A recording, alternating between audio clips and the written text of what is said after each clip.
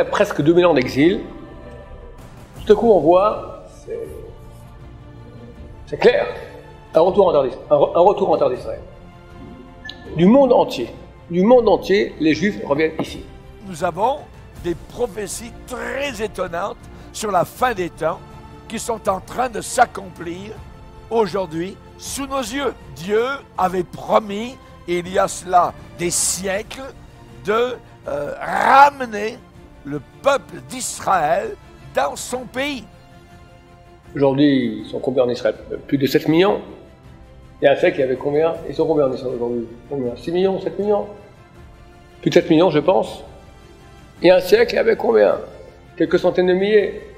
Depuis l'an 70, où Titus, le général romain, est arrivé à Jérusalem et a fait environ 1 million de morts juifs, beaucoup de juifs ont été donc emmenés en esclavage dans toutes sortes de lieux et d'endroits. Et au travers des siècles, eh bien, on trouve des juifs dans tous les pays.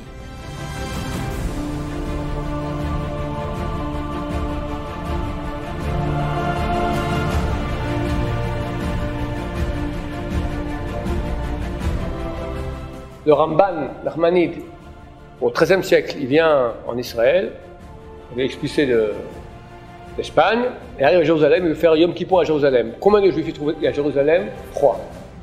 Il y a encore 80 années seulement, toute la terre d'Israël était soit des marécages remplis d'insectes mortels, de moustiques mortels dans le nord, et de déserts à partir de pratiquement la hauteur de Tel Aviv jusqu'au sud.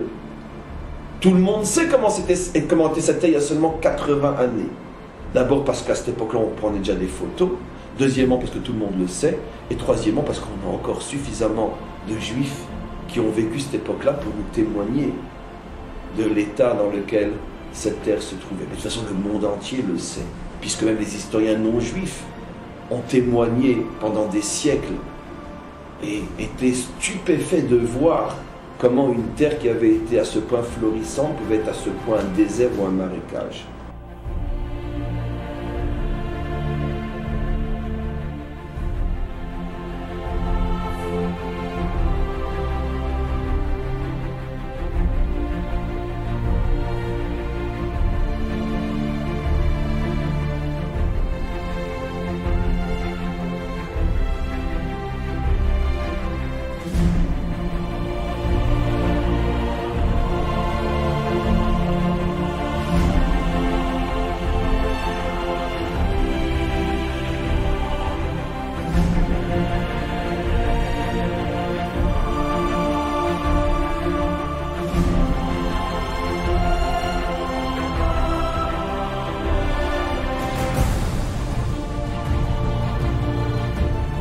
Cette terre, d'après la Torah, est une terre extrêmement fertile. Eretz Zavat Halav Udvash, dans laquelle coule le lait et le miel. Pendant 2000 ans d'absence juive, niet, rien du tout. La terre reste un désert aride. Des marécages dangereux avec des déserts arides. Revient le peuple juif, tout à coup, les non-juifs ont appelé ça le miracle agricole israélien. Comment en quelques dizaines d'années de ce désert pour faire un jardin potager? Aujourd'hui, Israël exporte dans le monde entier. Ils ont des tas de combines, tout ça, des sortes de fruits, tout ce qu'on veut, de belle qualité, bon. C'est extraordinaire. Si un jour quelqu'un vous demande dans la rue, prouve-moi que la Torah est vraie. Surtout ne commettez pas l'erreur de faire de la philosophie et de vous tordre la tête à chercher des réponses je ne sais où. Amenez-le tout simplement par Shatnit Savim et dites-lui, regarde, lis, comprends, interprète. C'est pas la preuve absolue que la Torah est divine. Comment un homme, il y a 3500 ans, qui a la Suisse en face des yeux, où coule le lait et le chocolat, dit qu'un jour, cette terre sera ruinée, son peuple sera chassé, mais qu'il reviendra et trouvera la terre désertique et la fera, comme on va le voir par la suite, refleurir. Comment un homme peut s'engager et dire de telles choses? Il l'a écrit. Si ça ne se réalise pas, on le fout lui et ce qu'il a écrit à la poubelle. Moshe s'est engagé Et nous sommes les témoins de l'authenticité de son engagement. Voilà la preuve de l'authenticité absolue de la Torah.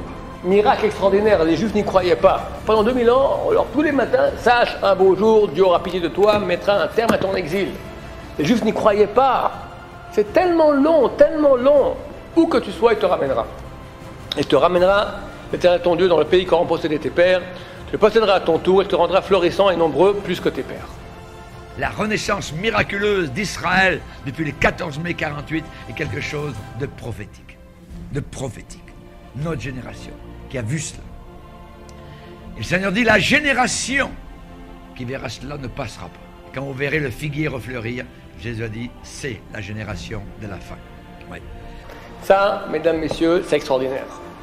C'est une prophétie réalisée du passé. On y est rentré en Israël, on possède ce pays, on est florissant, nombreux, plus que nos pères. Et depuis 1948, on sait qu'ils font partie de la table des nations à l'ONU. Auparavant, ils n'étaient même pas reconnus. Tous les Arabes se sont opposés à ce qu'Israël soit reconnu et que le drapeau de David flotte donc sur Israël. Mais ils sont là, prophétiquement, parce que Dieu l'avait déclaré.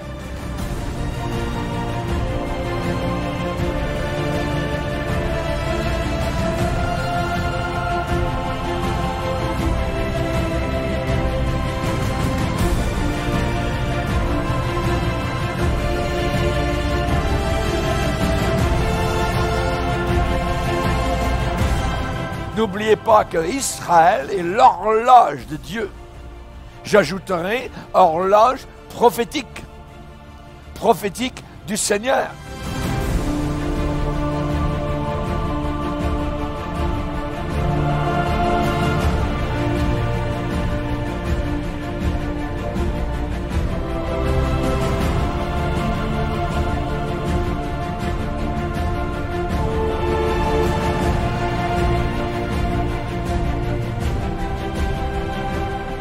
Israël.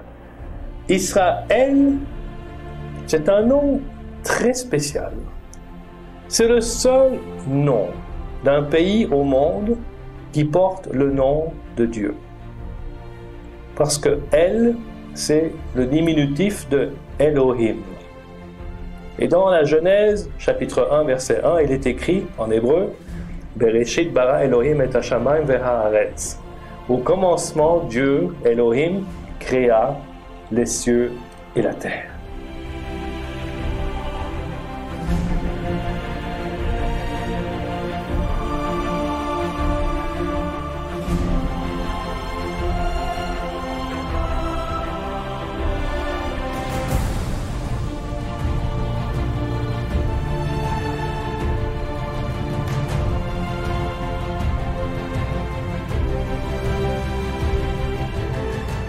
Dieu, le El Shaddai, Adonai, Créateur, déclare, je vous ramènerai dans votre pays.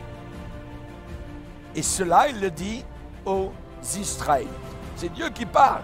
Ils habiteront le pays que j'ai donné à mon serviteur Jacob et qu'ont habité vos pères.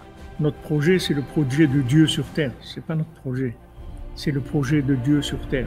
Eretz Israël, le Ham Israël en Eretz Israël, c'est un projet divin, c'est pas un projet humain. Abraham Avinu ne savait pas que ça existait. Il n'a rien demandé à Abraham Avinu.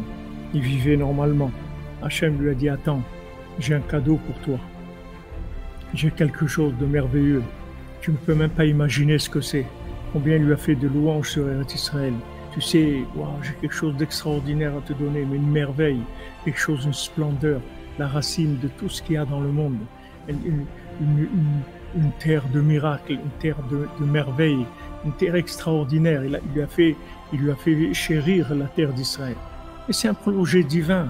C'est un projet divin, il faut que vous compreniez, c'est pas un projet humain. Ils y habiteront, eux, leurs enfants et les enfants de leurs enfants à perpétuité.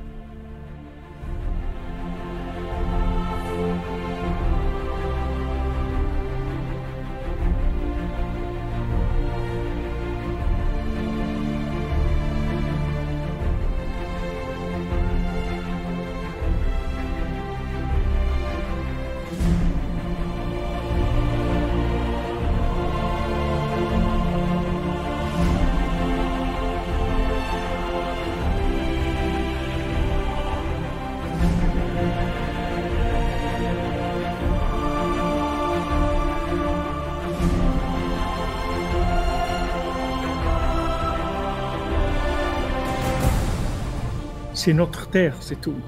Et bientôt, on va récupérer encore beaucoup plus que ce qu'on a aujourd'hui. Donc, de quoi tu parles? Mais voilà, les dirigeants qu'on a, ils ne parlent pas comme ça. Ils n'ont pas ce langage parce qu'ils n'ont pas confiance en eux. Très clair. Donc, cette prophétie est en train de se réaliser. On me pose parfois la question, comment est-ce que vous pouvez soutenir un pays pareil, une nation pareille? Alors, tout d'abord, il faut bien comprendre que moi, je ne soutiens pas un système politique. Moi, je soutiens un peuple, un pays que Dieu a choisi et qu'il a élu comme étant son représentant sur la terre.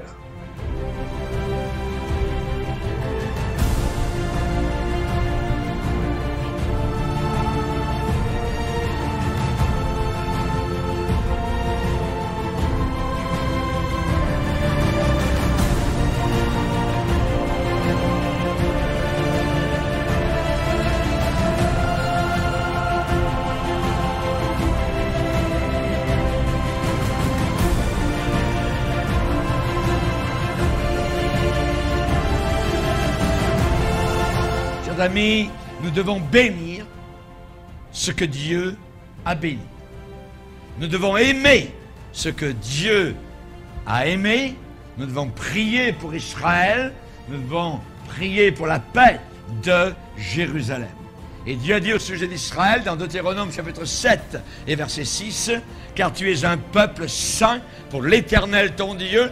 L'Éternel ton Dieu t'a choisi pour que tu sois un peuple qui lui appartienne entre tous les peuples qui sont sur la face de la terre. » Pourquoi Dieu a-t-il choisi Israël? Parce qu'il est le seul peuple au monde jusqu'à aujourd'hui à se poser encore la question, mais pourquoi nous? On est les seuls qui depuis 3500 ans se posons la question, mais pourquoi il nous a choisis? Mais qu'est-ce qu'on a de mieux? C'est pour ça qu'il nous a choisis. Parce qu'effectivement, on sait, et c'est vrai, qu'on n'est absolument pas indispensable. Et je ne dis pas que pour autant, tout ce que fait Israël est bon, et que tout ce que dit Israël est parfait. Absolument pas. Trouvez-moi un peuple qui ne faute pas et changez de monde si vous en trouvez un comme ça, parce que dans ce monde-là, vous n'en trouverez pas. C'est impossible. Vivons réalistes, vivons vrais, vivons réalistes.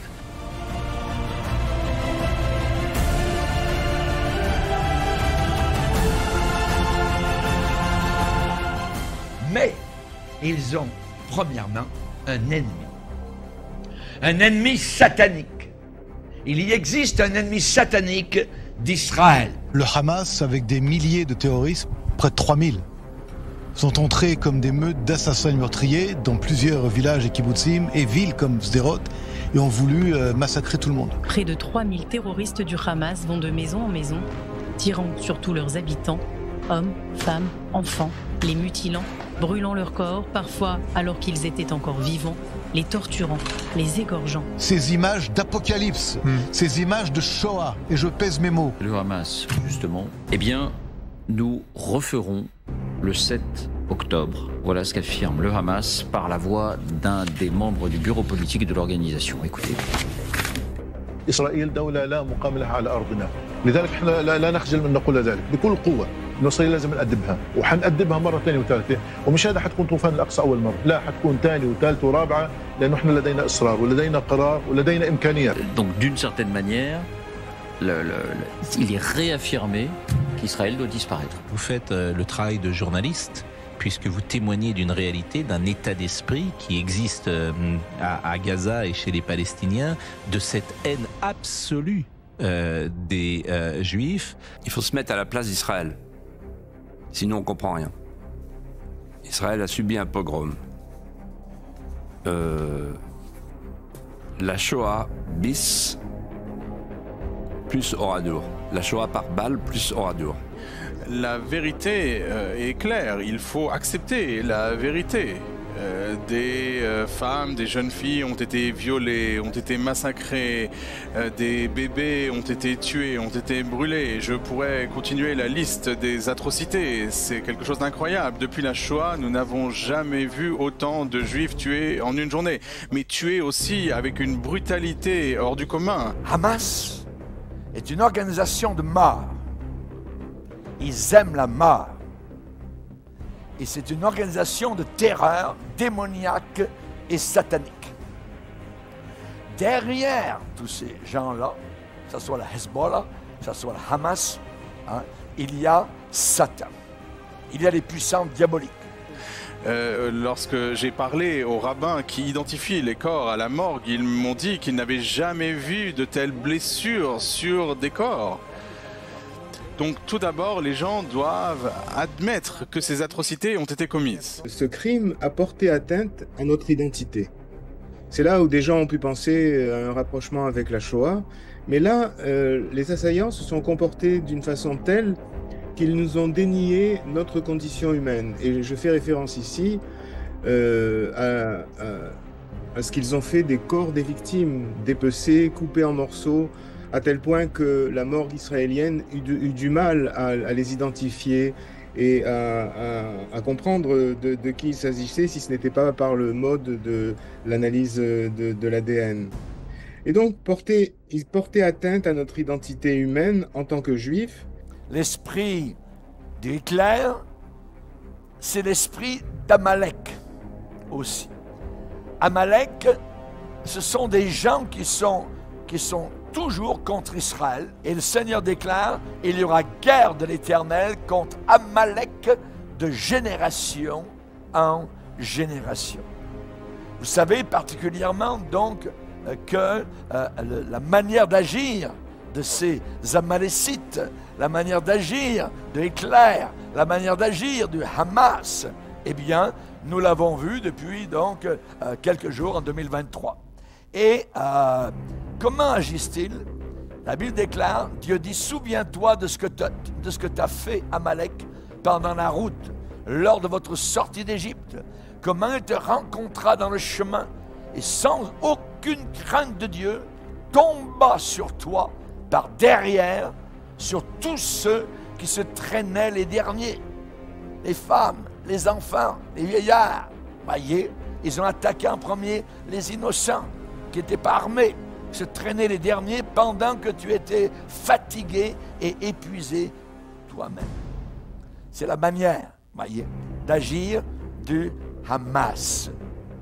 Ils sont allés porte à porte, ils sont allés tuer des enfants, décapiter des bébés, décapiter les mamans, violer les femmes devant leurs enfants.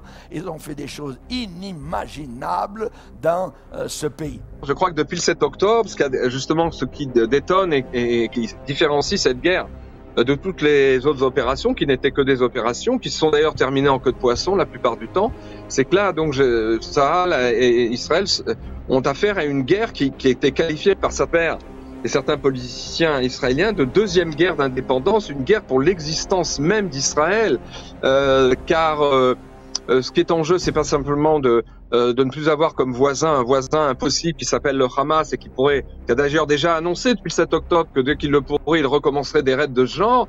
Ce n'était qu'une répétition générale pour lui le 7 octobre. Et donc on a affaire à une guerre existentielle, qui est considérée comme une deuxième guerre d'indépendance. Le Hamas, ce sont des terroristes qui veulent l'extermination du peuple israélien, mais plus encore, tout simplement, des juifs. Ce sont des nazis. On rappelle que dans la charte du Hamas, il y a la destruction d'Israël et la destruction des Juifs, et on voit ces gens élevés, endoctrinés, comme à d'autres époques, il y a eu un endoctrinement auprès de certaines populations. Juden und Bakterien und Leisenflöhe und Ungeziefer aller Art gibt, ich weiß es nicht. Juda wird und muss vernichtet werden. Das ist unser heiliger Glaube. Et on voit ces gens aujourd'hui manipulés par cet endoctrinement. Mais quelle solution pour ces gens au stade où ils sont arrivés? Je ne la vois guère, Sébastien. On va lire quelque chose d'assez particulier dans Amos. Amos a aussi des choses qui nous parlent de la fin des temps. Mais il parle aussi donc de quelque chose sur Gaza.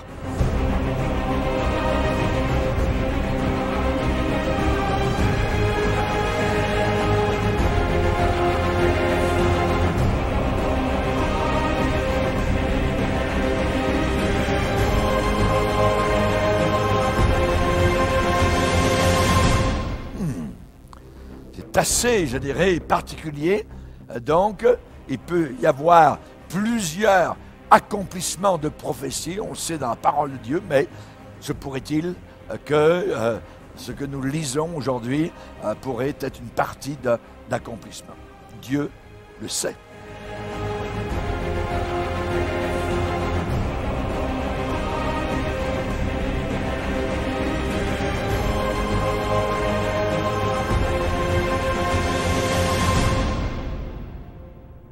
France, Allemagne, Royaume-Uni, États-Unis. Depuis l'attaque du Hamas en Israël le 7 octobre dernier, les Juifs du monde entier sont confrontés à une hausse spectaculaire des actes antisémites. Une augmentation qui touche quasiment tout le territoire français. 95 des 101 départements sont concernés. Et qui a connu une flambée depuis les attaques du Hamas du 7 octobre et les frappes israéliennes sur la bande de Gaza qui ont suivi. Plus 1000% sur les 3 derniers mois. Dans un nouveau déchaînement d'antisémitisme, la tension augmente brusquement en Europe et le risque d'une nouvelle guerre mondiale se rapproche.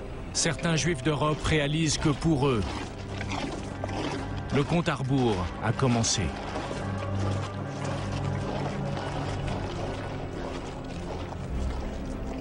J'aimerais absolument évoquer cette agression absolument révoltante, agression antisémite qui s'est déroulée ce vendredi à Paris. Un sexagénaire a été agressé alors qu'il sortait d'une synagogue, tout simplement parce qu'il était juif. Quelqu'un s'en est pris à lui en lui disant « c'est toi qui tues des gens à Gaza ». Il a été roué de coups et sauvé par un individu qui est venu à sa rescousse. Écoutez le témoignage de cet homme qui s'appelle Marco, ce témoignage recueilli par Fabrice Elsner, qui est absolument bouleversant. Cette personne est repassée 3 minutes après, elle est venue vers moi, elle m'a dit c'est toi les Juifs qui tuent les Arabes à Gaza. Je lui ai dit moi je tue personne. J'ai tué personne et je tue personne. Et je me suis levé pour lui tenir tête et j'ai eu le temps que je me lève, il m'a assigné, il m'a donné des coups sur le visage. Pour une religion, on agresse quelqu'un. Il a le nez complètement ensanglanté, le front ouvert en deux, Éric Revel. Et il y a ce regard qui est encore sidéré par la violence qu'il a subie, tout simplement parce qu'un homme lui a dit c'est toi qui tues des gens à Gaza. Oui, non, c'est absolument sidérant, épouvantable. On a beaucoup de peine pour ce monsieur et pour la façon dont ce pays donne l'impression de basculer dans l'horreur absolue. Dans l'antisémitisme. Oui, parce que l'antisémitisme est en train de devenir exponentiel. On sent bien que finalement le pogrom du 7 octobre n'a été qu'un révélateur d'un antisémitisme, je le dis comme je le pense, qui est assez latent dans ce pays, finalement, ici et ailleurs. Encouragé par les SS, la haine latente du juif se déchaîne avec une violence jamais atteinte jusqu'alors en Allemagne. Mais vous vous rendez compte, s'en prendre à un monsieur et le rendre responsable de ce qui se passe à Gaza, c'est juste... monstrueux. Et en même temps, ce que j'ai noté, parce que je n'avais pas entendu tout le son, il est d'une dignité absolument incroyable quand même. On constate toujours la même chose. Les stigmates les plus importants sont sur le visage. Et les psychiatres qui sont intervenus dans tous ces dossiers d'assises dans lesquels nous avons été l'expliquent. C'est la volonté de nier l'identité. Donc, dans les agressions à caractère antisémite, c'est toujours le visage en premier qui va prendre le plus de coups pour effacer en fait l'identité parce qu'on ne se reconnaît pas dans le visage de l'autre. Et les psychiatres qui interviennent régulièrement dans nos dossiers le disent de manière unanime. Et même sur les il a frappé pendant 15 minutes le visage. Bon, allez. Ça fait 2 jours que j'ai pas dormi du tout. Vous y pensez tout le temps? Ouais.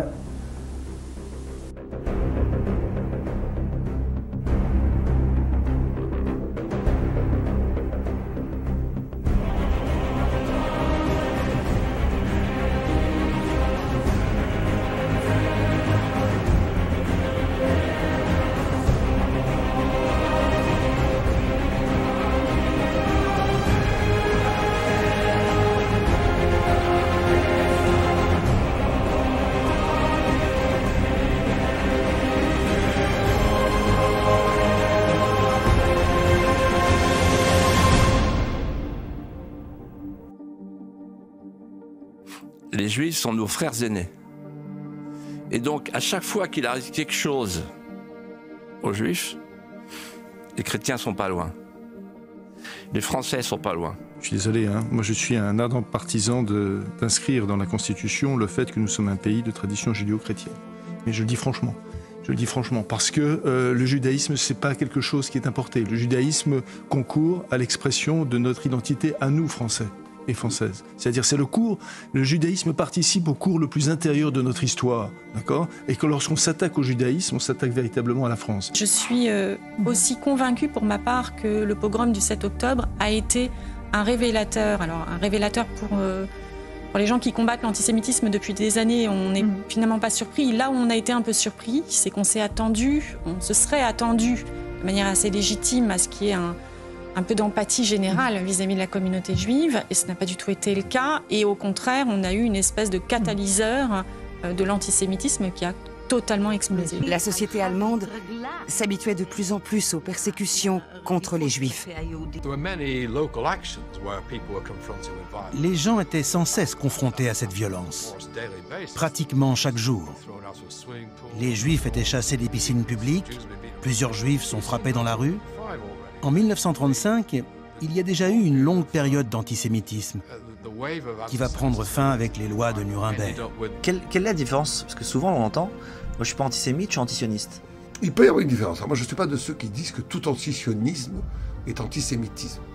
Quoique très souvent, aujourd'hui, il faut aussi dire les choses véritablement, que l'antisionisme est très souvent le masque de l'antisémitisme primaire.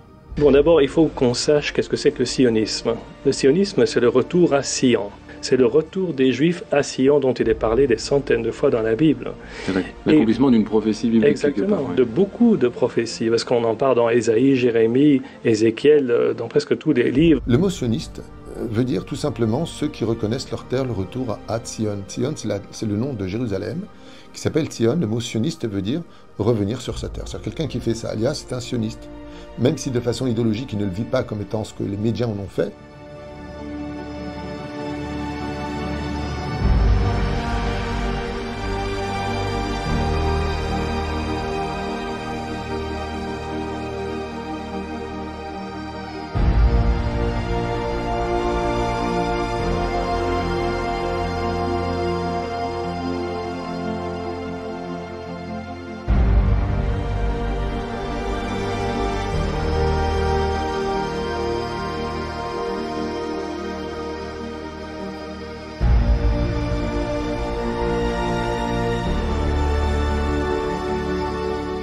Et donc le retour à Sion, c'est cela. Donc ça concerne les Juifs exclusivement.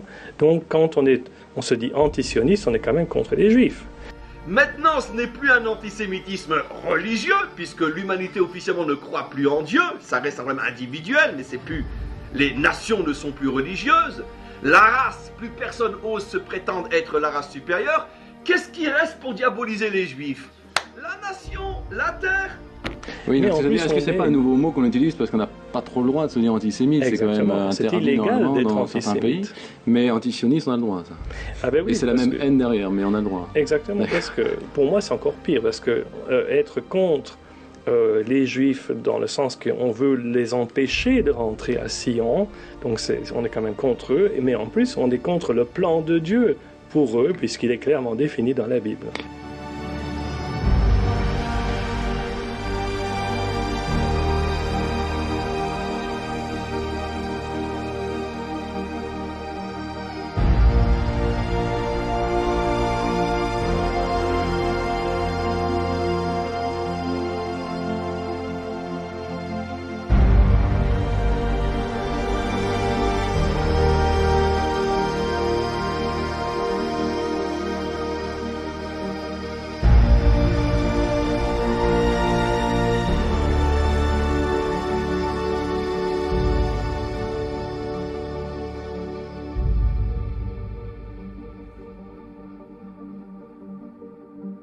Le 14 mai 1948.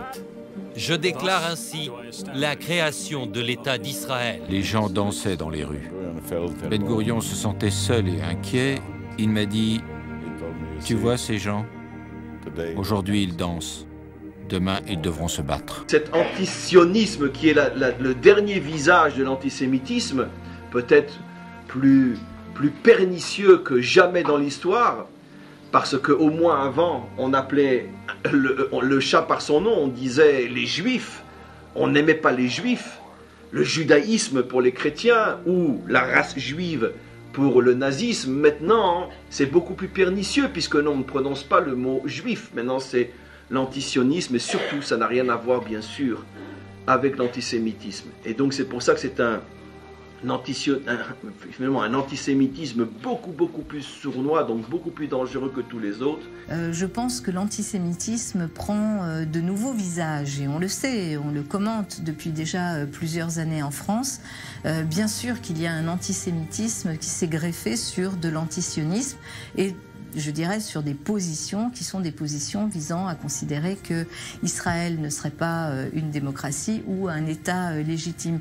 Bien sûr qu'il faut combattre ça. C'est le seul État juif dans le monde, il a été créé par l'ONU en 1948, suite à une résolution de 1947. Je crois qu'on ne peut pas lutter efficacement contre l'antisémitisme sans poser la question qu'on évite en général en France, parce qu'on est mal à l'aise avec ça, la question de l'antisionisme. C'est un terme, et c'est le seul qui existe, pour remettre en cause la permission, le droit d'un peuple à avoir une vie nationale.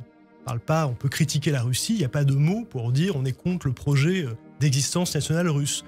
Pour les Juifs, ce mot existe, donc je crois qu'il mérite d'être interrogé, parce que ses liens avec l'antisémitisme sont évidents. C'est-à-dire que tous les messages de haine que j'ai reçus, c'est regardez ce que fait Israël.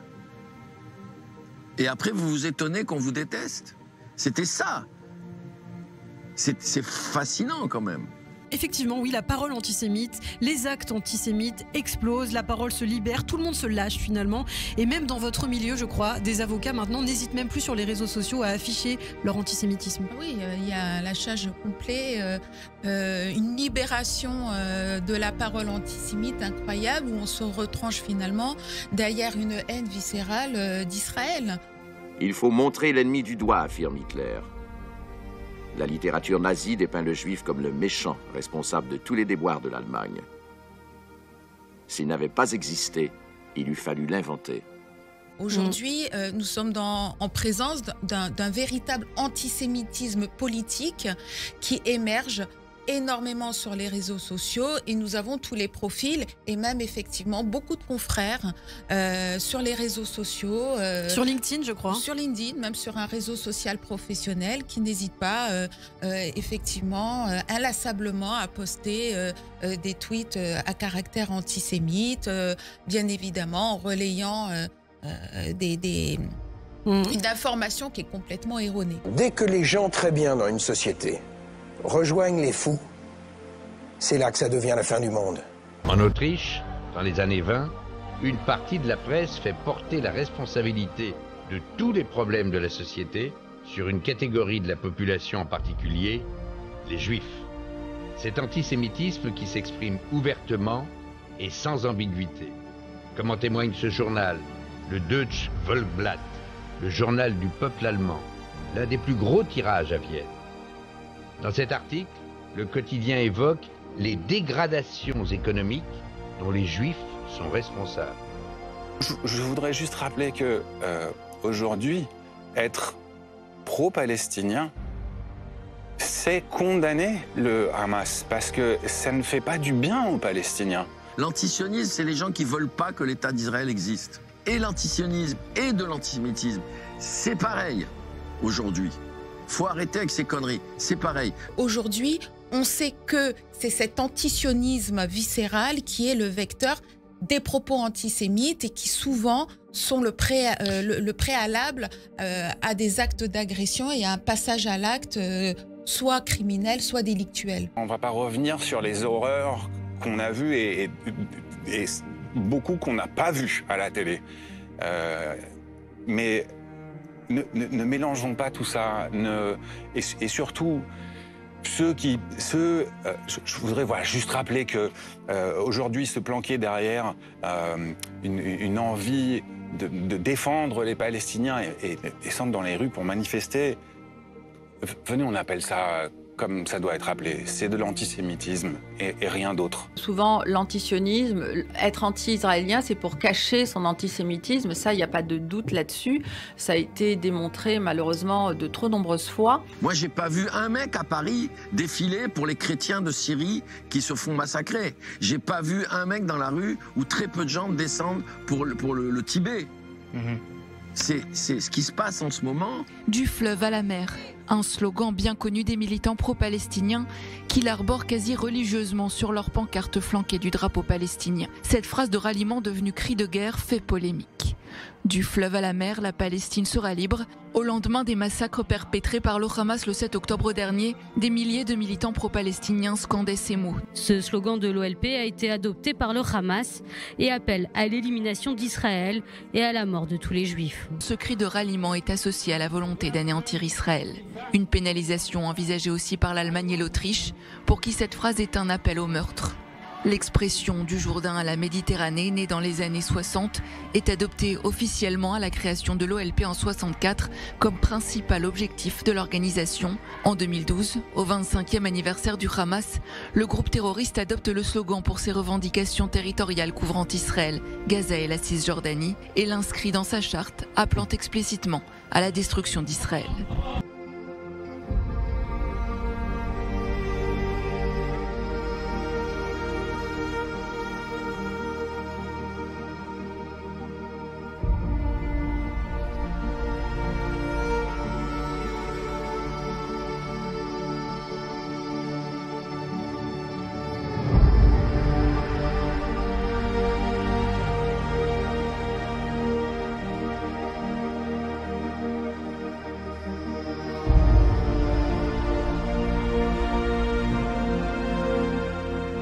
Le soutien au Hamas, cela veut dire qu'il y a des gens qui soutiennent des gens qui commettent des crimes contre l'humanité, un génocide. C'est ce qu'ils ont fait. Ils ont pris des villages entiers, ont brûlé les habitants, ont décapité les habitants, les ont torturés, les ont violés, les ont kidnappés. Ce qu'ils désirent, c'est l'extinction pure et simple de tout le peuple juif.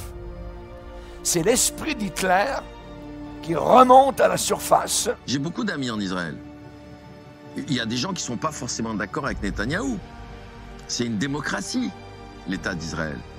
Mais ne pas être d'accord avec tel ou tel gouvernement, ça ne veut pas dire qu'on veut que le pays en question disparaisse.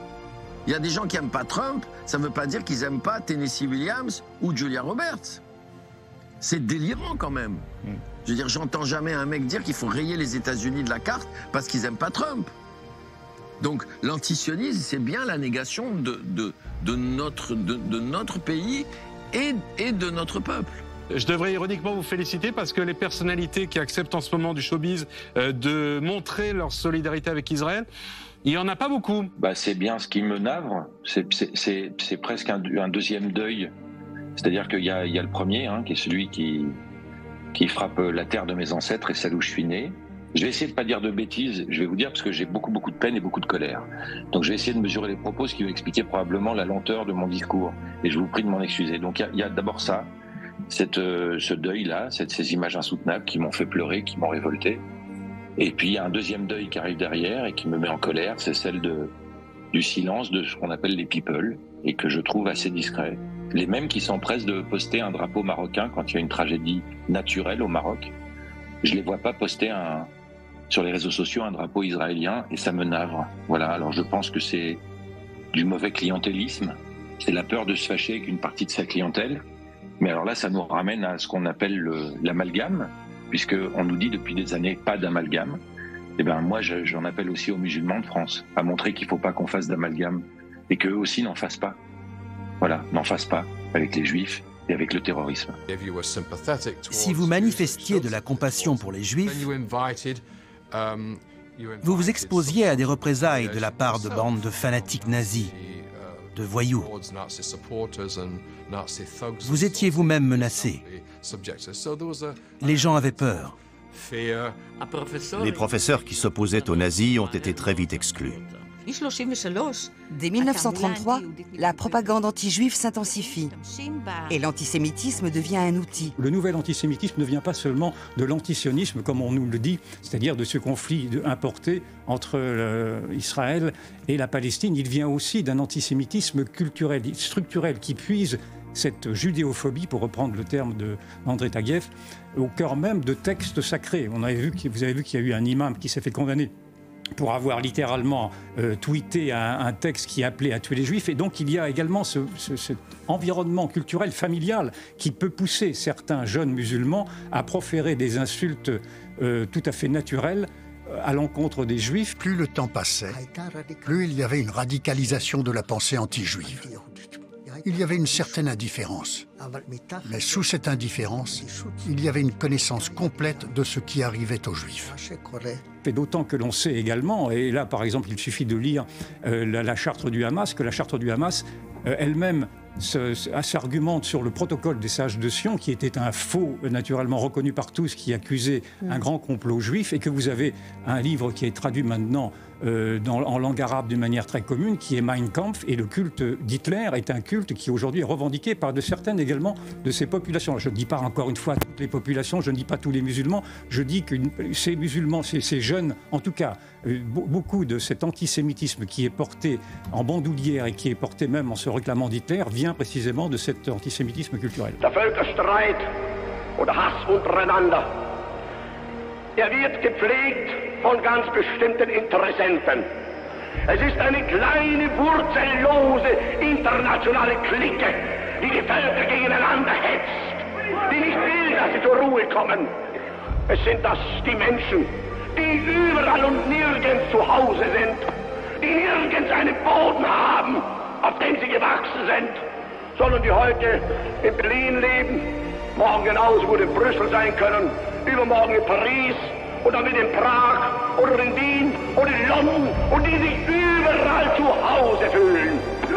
La récente mise en accusation d'Israël sur une plaine de l'Afrique du Sud au prétexte d'un génocide que commettrait l'État hébreu et son armée contre les Palestiniens de Gaza. Pour en parler, en ligne avec nous depuis Kfar Saba, le professeur Shmuel Trigano.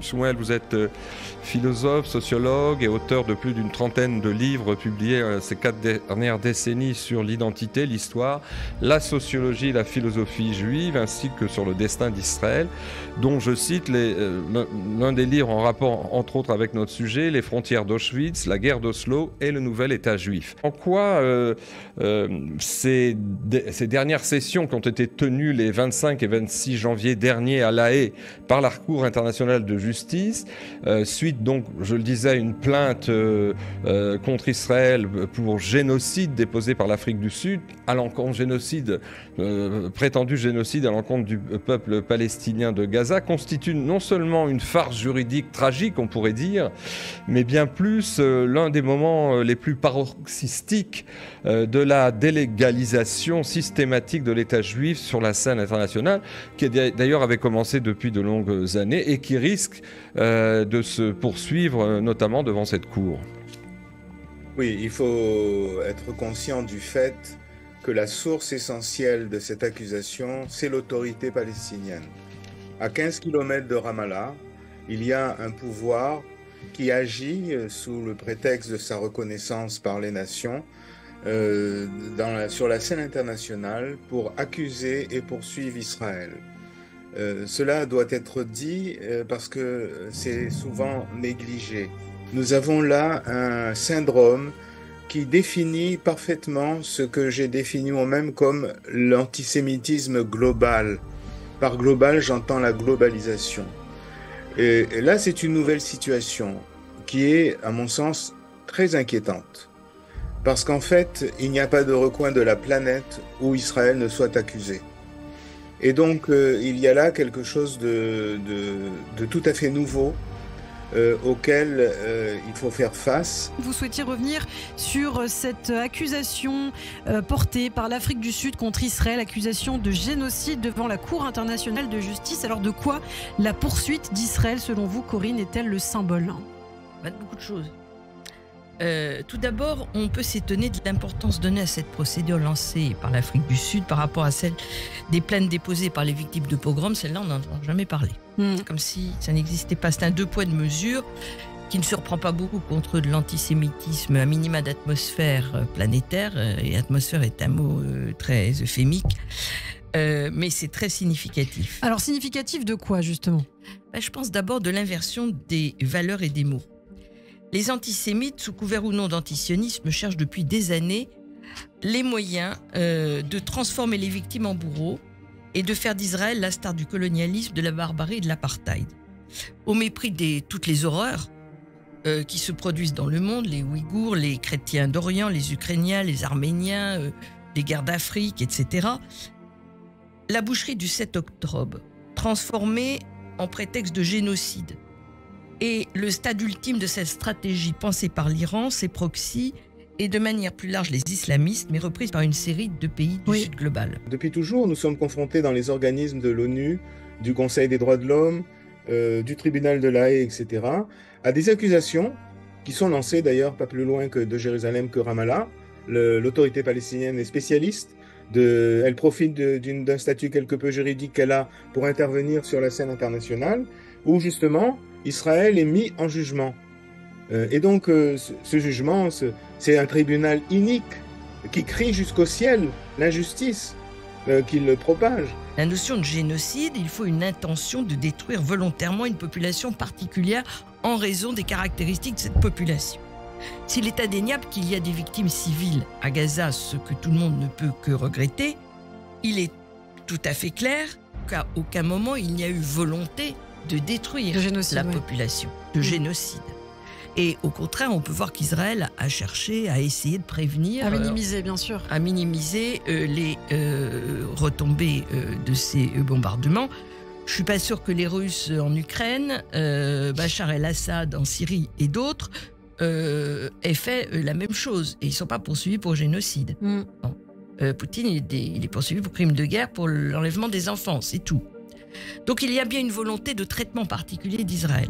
Alors, est-ce que face à cette levée de bouclier juridique, qui en fait s'effectue dans le contexte que vous rappeliez, de mise au ban de la légalité d'Israël, est-ce qu'il n'y aurait pas pour Israël et ses amis, au plan juridique, le moyen, par exemple, de rappeler que la charte du Hamas préconise explicitement l'éradication d'Israël, sans jamais reconnaître le droit à l'existence de l'État juif, même ramener à ses frontières d'Auschwitz, comme vous l'aviez publié d'avant juin 67. Est-ce que il n'y a strictement rien à faire, notamment une autre partie de ma question, c'est que par exemple, puisque évidemment devant la cour de La Haye, celle qui a demandé déjà des comptes à Israël sur son attitude prétendument génocidaire à la fin janvier, est-ce que Israël ne pourrait pas, et ses juristes, ne pourraient pas contre-attaquer en déposant d'urgence devant cette même cour une plainte totalement fondée, elle, contre les positionnements et les intentions explicitement génocidaires à son égard, contre l'État hébreu, de la part de l'État et des mollahs iraniens qui, eux, depuis des années, disent et se préparent à vouloir éradiquer l'État d'Israël. Est-ce qu'on doit renoncer, on ne peut rien faire face à ce front juridique unanime? Il n'y a rien à attendre de cette mauvaise foi instituée. C'est une farce. Ce tribunal est une farce. Il faut bien s'en rendre compte. Et donc, il faut jouer la farce à ce niveau-là, mais sans en tenir compte. Et par ailleurs, Israël n'a pas à justifier son existence, qu'on définit comme une existence raciste et apartheid. Il n'y a rien à répondre à une telle accusation finalement. Il n'y a rien à répondre. On va justifier quoi? Le fait que nous existons. There is a widespread allegation, really a slander, that Israel is an apartheid state. That notion is simply wrong. It is inaccurate and it is malicious. And it will not help to promote peace and harmony in the Middle East. Its only purpose is to demonize Israel and to isolate her in an attempt to delegitimize Israel's existence. And because it is so inaccurate, it betrays the memory of those who suffered through a real apartheid.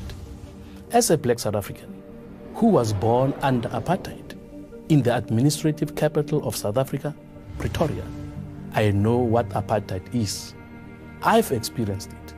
My parents experienced it. But having been to Israel on a number of occasions, I know that nothing is happening in that country that I've either seen or read that can be compared to apartheid in South Africa. that what we suffered in South Africa is not being suffered by anybody in Israel. But to those South Africans who believe these falsehoods about Israel, we say, go to Israel, go and see for yourself. Tell us where you see Palestinians having to endure what we endured during apartheid. The charge that Israel is an apartheid state is a lie about the real Israel, and it is a lie about the real apartheid. I am Kenneth Mishwe, a member of the South African Parliament for Prager University. N'oublions pas non plus que 1 million de Juifs du monde arabe ont été expulsés et chassés, dépouillés de leurs biens entre 1940 et 1970. Qui les a représentés devant le tribunal international? Où était le tribunal international à ce moment-là? Mais je n'irai pas juste plus loin. Il y a quelques mois, en Azerbaïdjan, les Arméniens ont été chassés, 120 000 personnes chassées de leur territoire. Qui a accusé devant le tribunal international? Personne. Donc en fait, c'est bon pour Israël, mais pas bon pour les autres, tout simplement.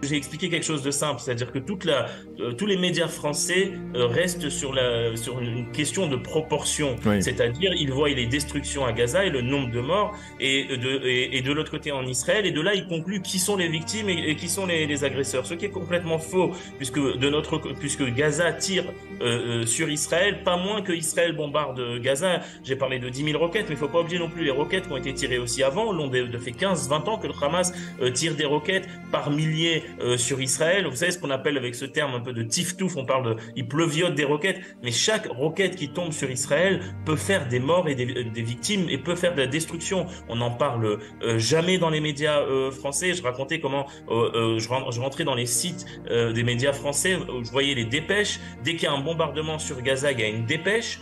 En parallèle, je vois dans mon écran qu'il y a des roquettes qui tombent sur Israël, aucune dépêche, comme si ce n'était pas important. Alors que une roquette, quand il y a des ratés du dôme de fer, le dôme de fer ne marche pas à 100%. Quand le dôme de fer n'arrive pas à intercepter les roquettes, ce sont des immeubles, ce sont des étages entiers d'immeubles détruits. Et s'il y a une famille assise dans son salon et que la roquette tombe, c'est toute la famille qui est décimée par cette roquette. On ne peut pas comparer Gaza à aucun autre endroit dans le monde. Une base terroriste gigantesque faite pour tuer. Tous les attentats qu'on a eus sur les autobus, tout le monde a oublié l'histoire ici.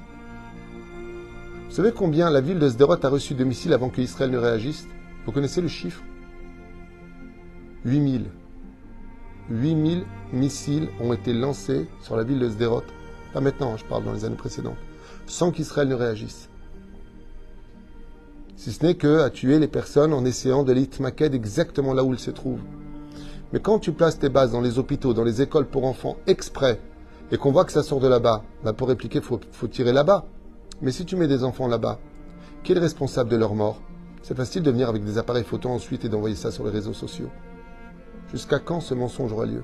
Mais le vrai problème, comme l'avait dit d'ailleurs Netanyahou en 2014, la différence entre la guerre que mène Israël et la guerre que mène le Hamas, il avait eu cette formule assez heureuse à l'époque en disant que donc la différence entre le Hamas et Tsahal, c'est que Tsahal se sert de ses armes et de son armée pour protéger ses citoyens, alors que le Hamas se sert de ses citoyens pour protéger ses arsenaux.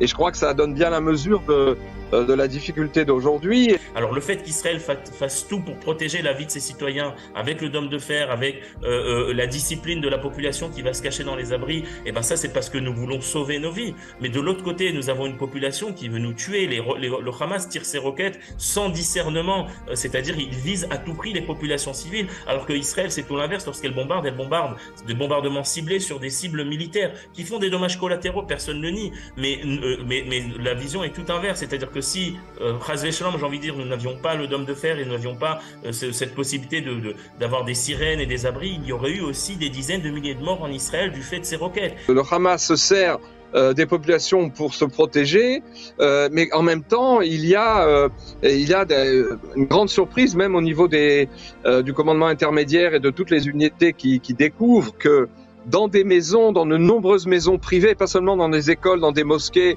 et dans des lieux publics qui sont transformés en arsenaux, et les hôpitaux bien sûr, mais aussi dans les maisons privées, il y a des accès aux tunnels, il y a des arsenaux innombrables, et donc mesurer, si vous voulez, séparer comme ça paraît possible théoriquement les combattants des non-combattants, les concernés des non-concernés, c'est absolument impossible dans cette guerre, parce que une bonne partie de la population de Gaza qui a voté pour le Hamas en 2007 le soutient, et pas seulement le soutien au niveau théorique, mais sont impliqués dans ces réseaux terroristes. Ce qui explique le bilan de ces guerres sur le plan humain, même si les chiffres sont contestés puisqu'ils parviennent simplement du ministère de la Santé entre les mains du Hamas. Et ça, les médias français, les médias internationaux l'ignorent totalement. C'est une omerta totale sur la question des roquettes qui tombent sur Israël, ou sur la question du Hezbollah qui attaque Israël depuis le 8 octobre.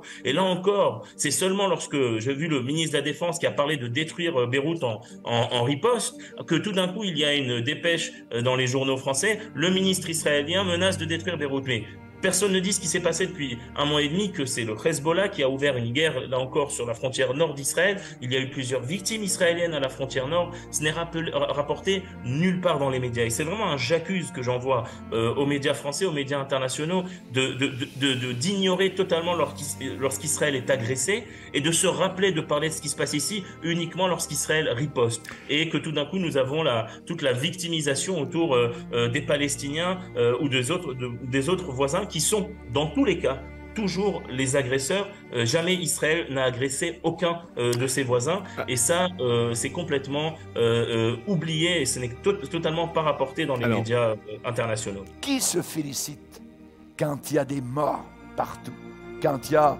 des otages, voyez, retenus dans les tunnels, donc qui danse au travers des rues, voyez, pour les tueries, le sang qui a coulé sur Israël, c'est la Jordanie, le pays à côté, à Amman.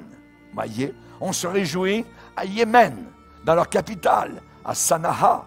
On se réjouit par des grands rassemblements de centaines de milliers, voyez, qui sont prêts à venir pour anéantir Israël. Voyez, ils sont prêts. Il suffit qu'un mollah iranien dise « Allez-y », ils sont prêts.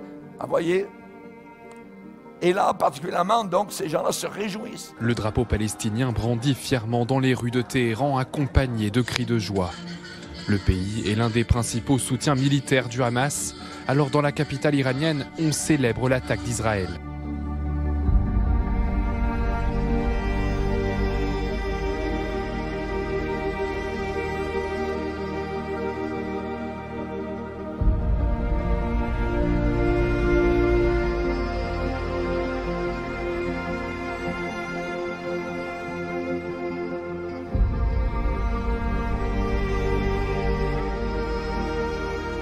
Réjouissance par rapport donc aux morts qu'il y a en Israël. Soit à Gaza, on se réjouit, en Iran, au Liban, au Yémen, en Jordanie, en Irak aussi, à Bagdad. Ils ont dansé dans les rues quand donc Israël a été attaqué. À Bagdad, en Irak, ils sont des centaines à défiler en voiture et vont même jusqu'à brûler le drapeau israélien.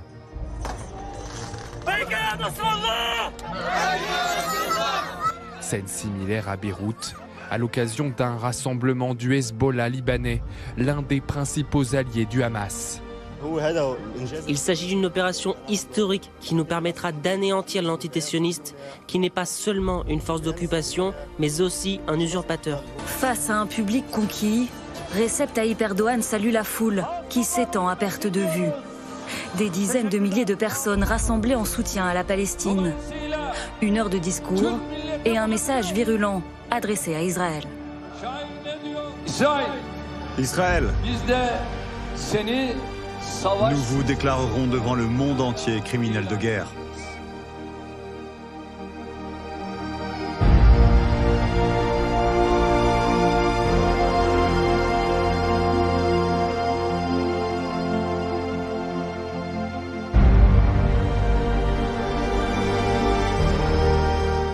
tous ces pays, donc cette chaudière, je dirais, du Moyen-Orient est en train de se réjouir et de s'unir face à Israël.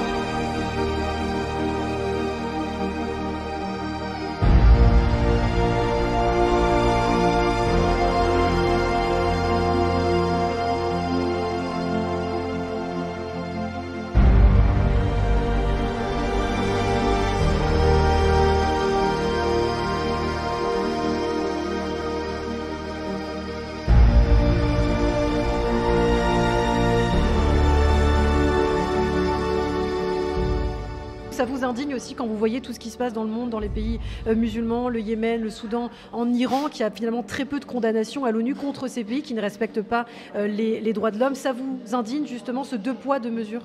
C'est toujours deux poids, deux mesures. Par exemple, le régime iranien, ils étaient élus au mois d'octobre comme président d'un forum droits de l'homme, au Conseil droits de l'homme. Le Hamas et le Hezbollah au nord, au Liban, eh bien, sont soutenus par l'Iran. C'est l'argent de l'Iran qui vient pour soutenir, même le Qatar, voyez, pour soutenir ces terroristes-là. La Russie est déjà postée en place, voyez, avec des navires de guerre, pas très loin, juste à côté du Liban, basé au nord d'Israël, en Syrie.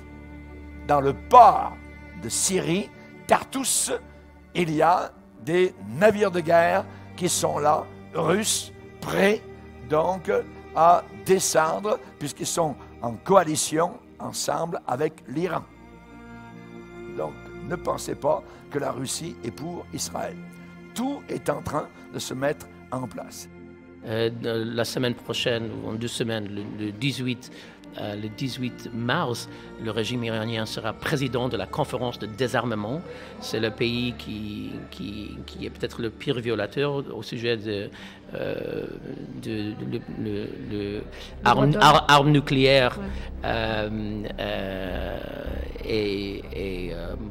Pour choisir ces pays-là pour des postes importants à l'ONU, c'est absurde et c'est obscène.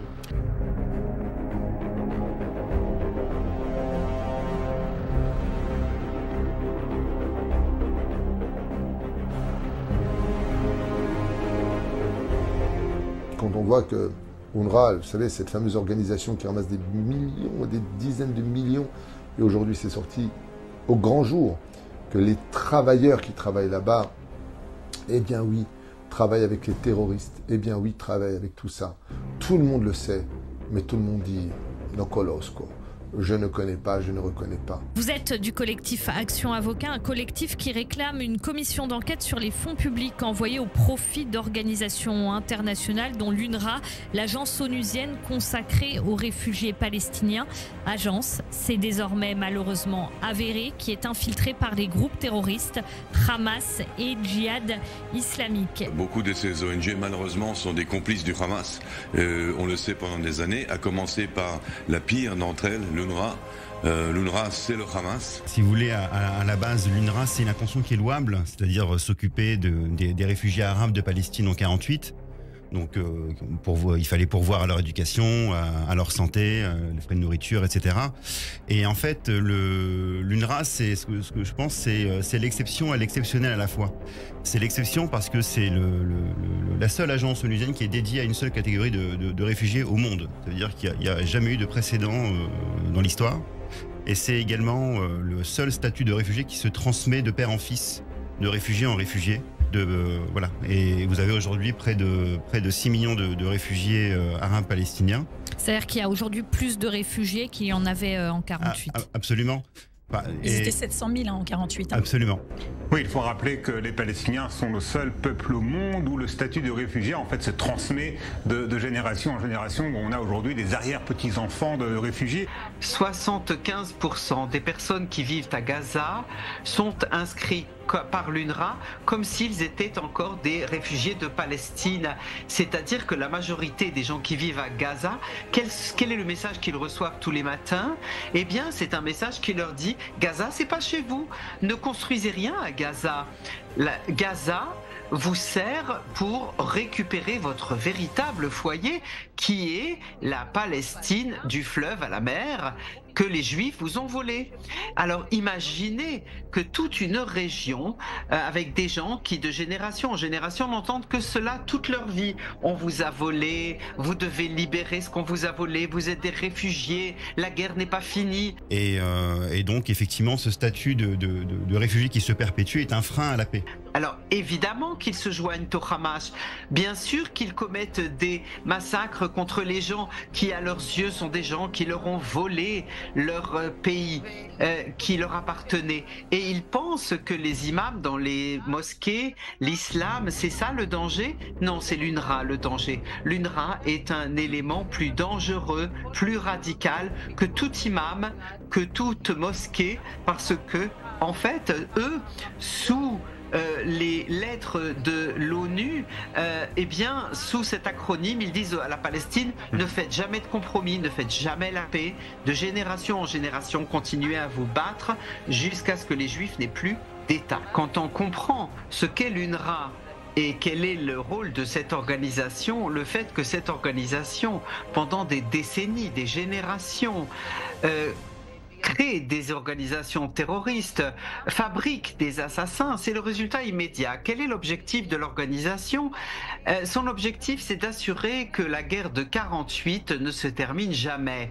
On a vu, il y a quelques fonctionnaires à l'ONU extrémistes, y compris Madame Francesca Albanese, qui est connue comme antisémite. C'est quelqu'un qui croit que l'Amérique est contrôlée par le lobby juif. Des propos qu'elle a tenus en 2014 d'ailleurs. En 2014, elle a dit ça. Il y a 1 an et demi, elle a dit que dans une conférence de Hamas que vous avez le droit de résister. Donc, ces opinions sont très connues. Je dis c'est aussi un moyen. L'UNRWA, c'est aussi exceptionnel parce que c'est des moyens qui sont exceptionnels. Au HCR, par exemple, tous les réfugiés du monde sont rattachés au HCR. Et il y a un salarié pour à peu près 5 ou 6 000 réfugiés. Voilà. L'UNRWA, c'est un salarié pour environ 200 ou 300 réfugiés. Voilà. Donc c'est vraiment des moyens qui sont exceptionnels. Alors, et par rapport à la question de l'antisémitisme, il suffit de lire les manuels. Je veux dire, les manuels, quand on les regarde, quand on les lit, maintenant on le sait depuis des années et des années, hein, c'est pas nouveau. Toutes les richesses de l'UNRWA sont destinées à la lutte contre Israël et pas du tout des Nations Unies et pas du tout au bien-être des Palestiniens, à commencer par les livres d'école de l'UNRWA qui prêchent le martyre d'aller tuer des Juifs. Donc on est mal parti. Bruxelles exprime son inquiétude face au discours de haine et à la violence enseignée dans les manuels scolaires et dans les écoles gérée par l'Agence des Nations Unies pour les réfugiés palestiniens. Si c'est la première fois que l'Union européenne dénonce la responsabilité de l'UNRWA dans les diffusions antisémites et antisionistes, Israël et des organisations juives luttent depuis des années pour que les pays qui financent l'agence onusienne contrôlent le contenu de ses ouvrages scolaires. Ça fait effectivement des années qu'il y a des manuels scolaires qui diffusent la haine dans les territoires palestiniens, dans la bande de Gaza, mais aussi en Judée-Samarie. Ça fait des années qu'on est au courant et ça fait des années que ça continue. Plus de 450 employés de l'UNRWA sont des militaires travaillant dans des groupes terroristes à Gaza. Plus de 450. Ce n'est pas une simple coïncidence, c'est systématique. Il n'est pas possible de prétendre Nous ne savions pas. Le Hamas exploite les organisations humanitaires et les utilise pour commettre des crimes contre l'humanité. Ces terroristes sont employés par l'UNRWA. Ils reçoivent des salaires payés par la communauté internationale. Les dons destinés à des fins humanitaires pour la population de Gaza financent des meurtriers de masse et des violeurs. La militarisation du viol et de la violence sexuelle par le Hamas devrait susciter l'indignation mondiale. Cela exige une réponse mondiale. On ne peut pas comprendre ni le conflit, ni ce qui se passe à Gaza, ni le 7 octobre, sans comprendre l'UNRWA. C'est une organisation qui avait de bons objectifs au départ, d'aider les réfugiés arabes de la guerre de 48 à se réinstaller. Mais ces réfugiés arabes ont dit non, si on s'installe, ça veut dire que l'État d'Israël existe, ce qui est inadmissible. Et donc ils ont rapté l'UNRWA et on se sent occupé qu'elle ne se referme jamais, cette institution. Et de génération en génération, on a d'autres Palestiniens qui croient être encore des réfugiés depuis 75 ans et qui ne veulent rien construire pour eux-mêmes, mais juste que les Juifs n'aient pas d'État. Et quand c'est ce en quoi vous croyez, évidemment que quand vous sortez des écoles de l'UNRWA, vous allez immédiatement vous joindre aux organisations terroristes. Et donc quand vous êtes enseignant dans une école de l'UNRWA où vous y travaillez, vous aurez de la sympathie pour ces organisations qui font ce que vous souhaitez, à savoir libérer la Palestine du fleuve à la mer. C'est ça qu'ils font dans cette organisation. Et ce n'est pas seulement de l'apologie du terrorisme dont il est question dans ces ouvrages. Il s'agit en fait d'un organisme de surveillance qui est israélien, qui est basé à Londres et à Ramat Gan, qui a effectivement mené l'enquête et découvert que les manuels scolaires qui sont donc produits par l'Office des Nations Unies pour les réfugiés palestiniens, l'UNRWA donc, contiennent encore, et on a envie de dire toujours, des incitations à la violence contre Israël et la haine des Juifs, malgré les promesses de les supprimer. Parmi les contenus signalés donc par cette ONG figure notamment un exercice de grammaire qui enseigne, je cite, que les Palestiniens sacrifient leur sang pour libérer Jérusalem. Il y a d'autres exercices qui comprennent des phrases comme les guerriers du djihad qui se battent contre l'occupant, l'engagement à libérer la Palestine et à résister courageusement à l'ennemi. Et puis il y a aussi ce poème qui enseigne aux élèves que mourir en martyr en tuant les Israéliens est un passe-temps. Les Juifs sont dépeints comme intrinsèquement perfides et hostiles à l'islam et aux musulmans. Et puis dans un autre exercice de grammaire, on peut lire que les Juifs sont impurs et souillent la mosquée Al-Aqsa. De nouvelles preuves accablantes de l'implication directe de membres de l'UNRWA au massacre du 7 octobre. Des preuves qui semblent être minimisées par le directeur même de l'agence onusienne pour les réfugiés palestiniens, qui qualifie de manquement la participation de ses employés aux attaques du 7 octobre. Aucune condamnation de l'ONU, aucune excuse, pas d'enquête interne, pas même l'annonce de sanctions pour ces employés de l'UNRWA, terroristes du Hamas après leurs heures de travail, qui ont participé au massacre du 7 octobre. Israël assure que l'UNRWA doit être dissoute en raison de son lien avec le Hamas. Le gouvernement français a évidemment une responsabilité lorsqu'il envoie des fonds aux Palestiniens et qu'ils sont détournés par les terroristes, comme c'est avéré. Je tiens à préciser que c'est pas depuis le 7 octobre qu'on sait que ces fonds sont détournés. Pour avoir fait un petit peu des recherches sur le sujet, on se rend compte que ça fait une dizaine d'années que le gouvernement américain, le gouvernement français également, sait que les fonds sont détournés. Rien que dans les manuels scolaires, et je pense que c'est vraiment le problème.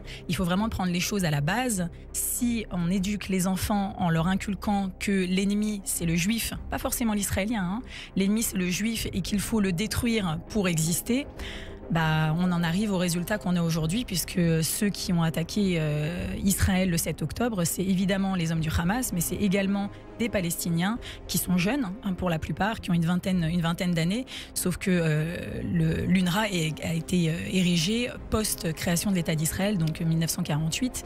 Donc, si vous voulez, la situation ne fait que perdurer. Vous avez écrit sur Twitter, ils ne peuvent pas dire qu'ils ne savaient pas. Antonio Guterres le savait, les Nations Unies le savaient concernant l'UNRWA dont on parlait tout à l'heure. Ils ont simplement choisi de ne pas agir.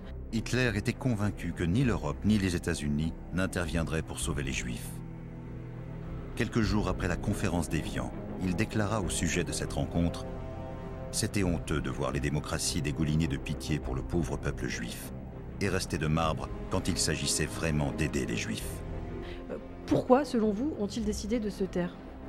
Ça, je ne sais pas. Je pense que c'est leur obligation d'expliquer comment ça se fait que durant 10 ans, chaque année, on a publié des rapports pour sonner les alertes qu'on a des centaines d'enseignants de l'UNRWA qui encouragent le terrorisme et qui louent Adolf Hitler et les nazis. C'est le fruit de nos impôts qui est envoyé et malgré nous, on a financé le terrorisme. C'est la réalité. Et c'est nous qui payons. C'est nous qui payons. C'est la France, c'est les États-Unis qui payent pour le service. Et c'est pour un but politique, destructif. C'est en fait pour encourager les Palestiniens, pour rêver qu'ils vont retourner à leur maison. Et on a vu exactement de quoi il s'agit. C'était le 7 octobre. Ça, c'est le rêve de retour pour les Palestiniens. Et c'est l'UNRWA qui soutient ce rêve destructif. Parce qu'on parle de milliards d'euros ou de dollars par an. Donc c'est vraiment, on peut pas continuer à jouer comme ça. Je pense qu'on a trop fermé les yeux. On s'est contenté. On s'est dit bon bah, allez, cette organisation est présente et on avance comme ça, alors qu'on sait très bien que ça ne fonctionne pas.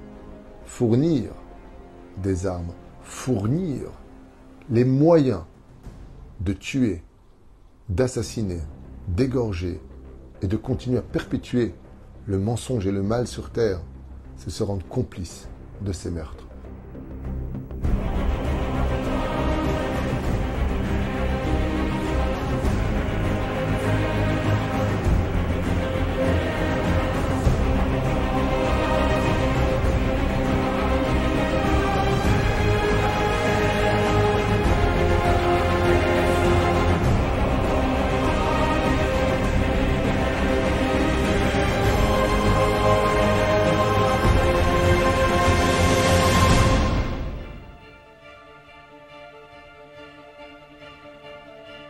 Ne vous y trompez pas. Nous savons, le son de la trompette est clair.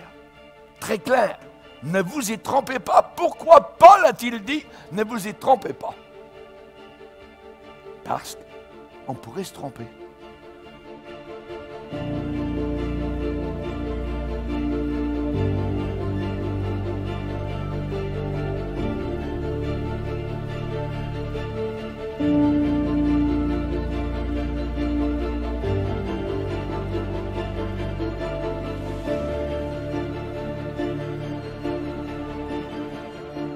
On peut définir cette haine comme de la jalousie essentiellement, c'est parce que c'est vrai que vous racontiez que les Juifs ont reçu énormément de prix Nobel, ils sont dans les premiers dans beaucoup de domaines, que ce soit artistique, scientifique, musical, économique, médical. Est-ce qu'il y a une forme de jalousie, c'est ça qui explique cette haine ou... Probablement, je crois que c'est dû à cela en grande partie, mais plus profondément, plus loin, parce que ça fait au moins une bonne dizaine d'années que j'étudie le sujet de l'antisémitisme et son histoire, ses racines, ses causes, etc. Et j'en suis arrivé à la conclusion qu'en fait c'est un problème spirituel. Qu'est-ce que je veux dire par là? C'est que Satan déteste les Juifs avec passion, parce que Dieu les aime avec passion. Et tout ce que Dieu aime avec passion, Satan le déteste avec passion. Hitler, animé de Satan, c'est un luciférien, eh bien, a attaqué particulièrement donc les Juifs. Pourquoi? Parce que Satan en veut aux Juifs. Pourquoi les Juifs? La Bible dit que le salut nous vient des Juifs. Et nous devons aimer Israël, malgré ses failles, malgré ses défauts, malgré tout ce que comporte, évidemment, le peuple israélite. Nous devons les aimer. Et Dieu a choisi ce peuple, les Juifs, pour se révéler au monde. Donc Satan va tout faire pour essayer de se débarrasser, une fois pour toutes, de la question juive. Et pour moi, c'est vraiment cela, que au départ, la racine de l'antisémitisme, c'est un problème spirituel. Comprenez ce qui se passe 2000 ans après l'exil, d'accord?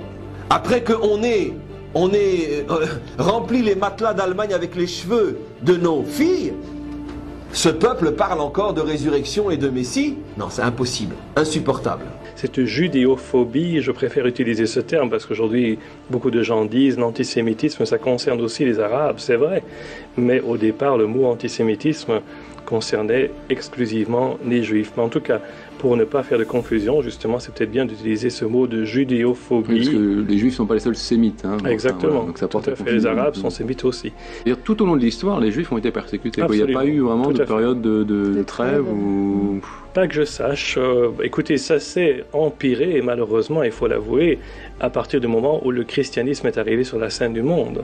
Parce qu'il y a eu cette espèce de compétition entre l'église et la synagogue. D'ailleurs, on voit cela encore sur certaines façades de certaines cathédrales, notamment sur la cathédrale de Reims, et puis aussi sur Notre-Dame de Paris. On voit le contraste de la statue qui représente les Juifs aveuglés, avec l'épée brisée, etc. Et à côté, l'église triomphante, se tenant bien droite, etc. Donc on voit que c'est quelque chose, malheureusement, qui est fort attaché au christianisme. La population allemande ne comprend qu'1% de Juifs. 600 000 personnes en tout. Mais les nazis sollicitent les siècles de préjugés de la chrétienté.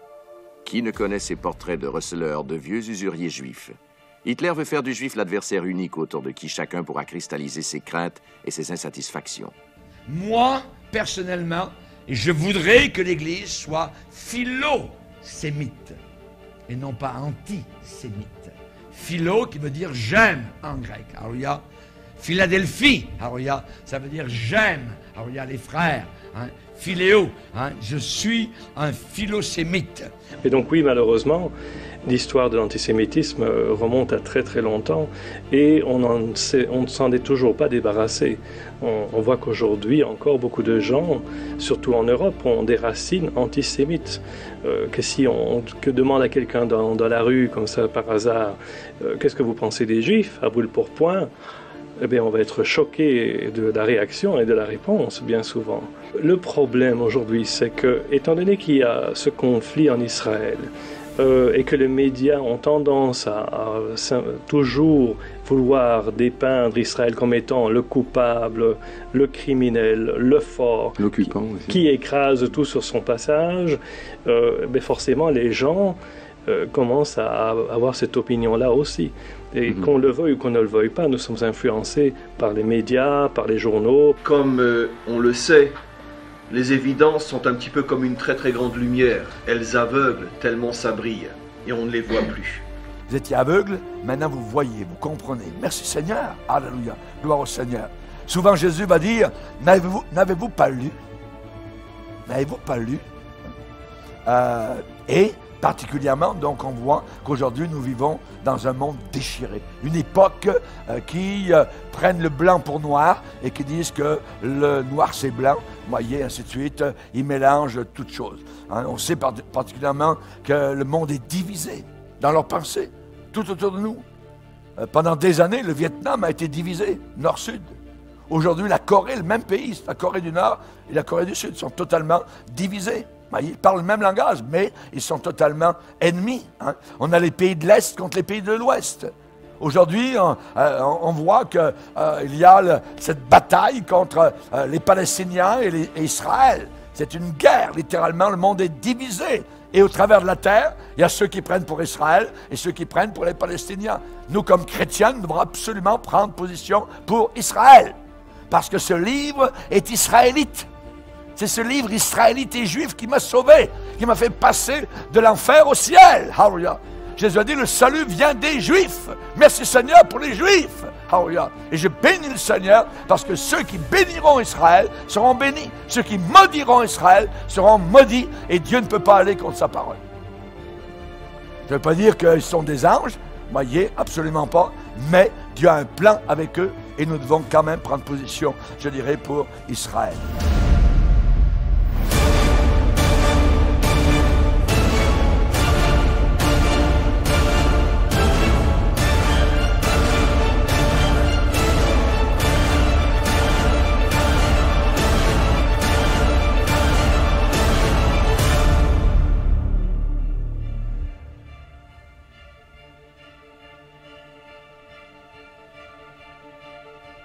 Israël en guerre, c'est quand même un pays dangereux aujourd'hui. Ouais, mais je m'en fous. Je m'en fous. Je crois en Dieu. Vous avez l'impression d'être plus en sécurité en Israël? Ouais, parce que je crois en Dieu. Je crois qu'il va y avoir Tout prochainement, il y aura un événement qui va se passer. Je suis persuadé. Je suis persuadé que ça va arriver prochainement.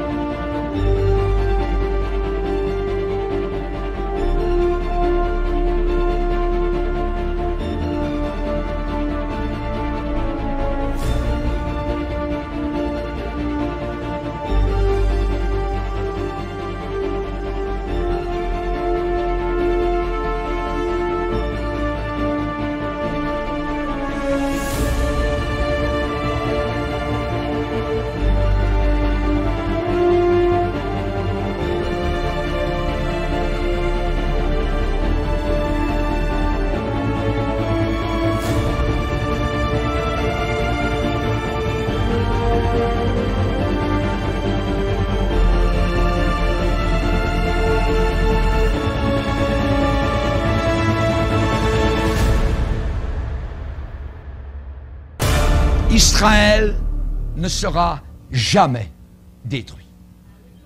Jamais. Dieu l'a déclaré dans sa parole. Avec les Philistins, c'est même pas la peine d'essayer un affrontement terrestre. C'est perdu d'avance. L'affrontement, il est spirituel. C'est le seul ennemi dont la victoire dépend pratiquement à 100% d'une guerre spirituelle, c'est-à-dire d'une guerre d'Israël avec lui-même, et non avec celui qui est en face de l'autre. En plus, c'est écrit dans le Midrash qu'à la fin des temps, Ishmaël va faire souffrir Israël et nous crierons à Dieu.